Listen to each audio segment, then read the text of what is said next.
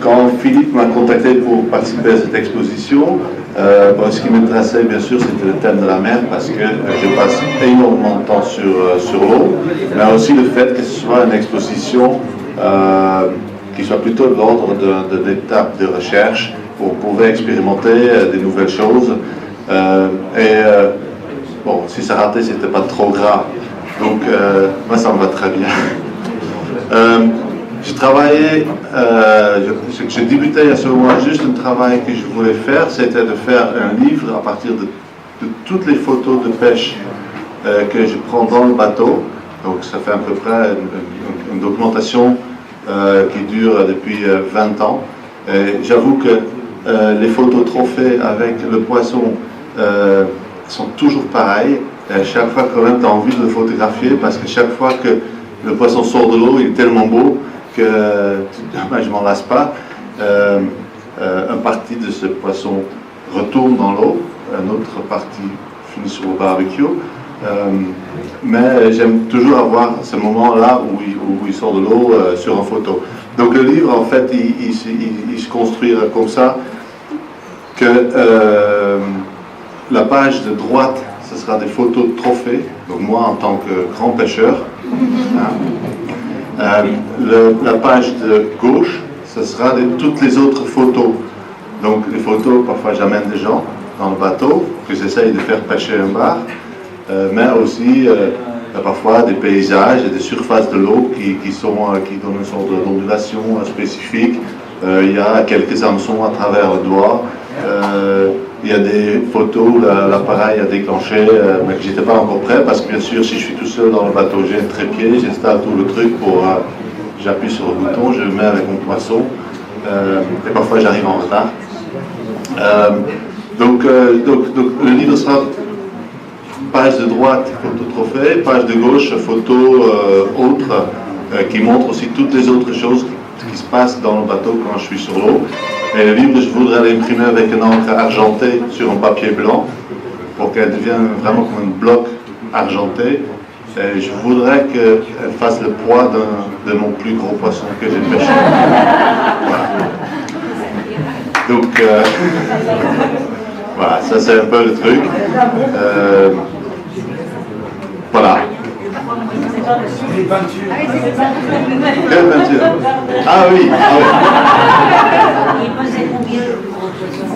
Je ne suis pas très bon. Le plus gros bar pesait 4,5 kg. C'est pas mal. Merci.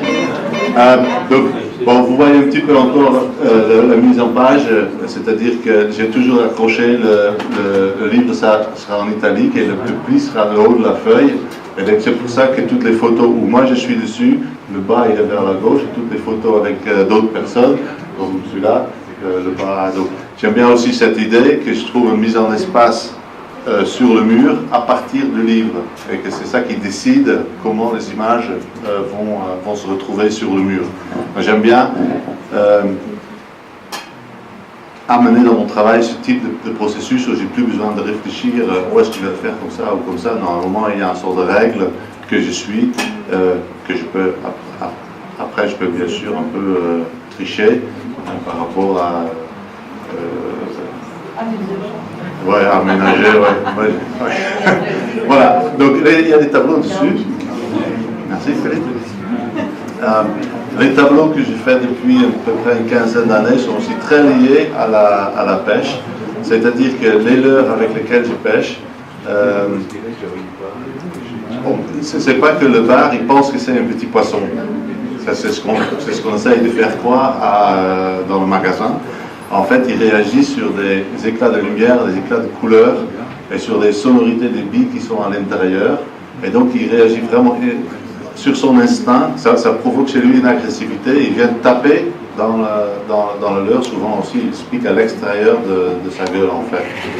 Donc, moi, j'essaye dans les tableaux de jouer avec ça, de créer une sorte de vibration chromatique qui, j'espère, provoque à un moment certaines réactions, peut-être inconscientes, ou qui fait vous réagir. Voilà. Non, bah, c'est pas forcément que je vais vous rendre agressif. Mais, tu vois, j'aime bien, tu vois, quelqu'un qui m'a acheté un tableau, qui m'a dit, je l'achète, mais je sais pas pourquoi. Et ça, je trouve ça super, quoi. Hein? Et donc, bon, pour cet accrochage, j'ai expérimenté aussi une chose. C'est la première fois que je joigne ces deux projets-là sur un accrochage.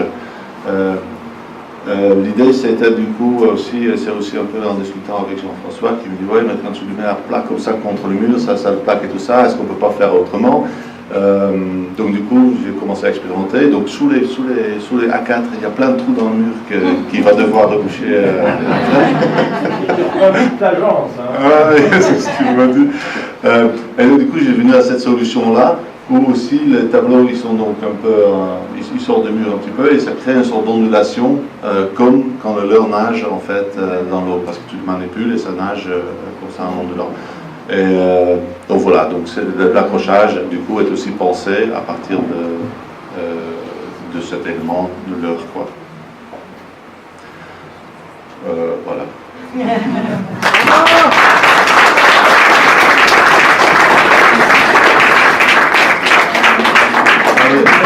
Allez, j'ai oublié d'enlever mon pull en fait, parce qu'il y avait une façon de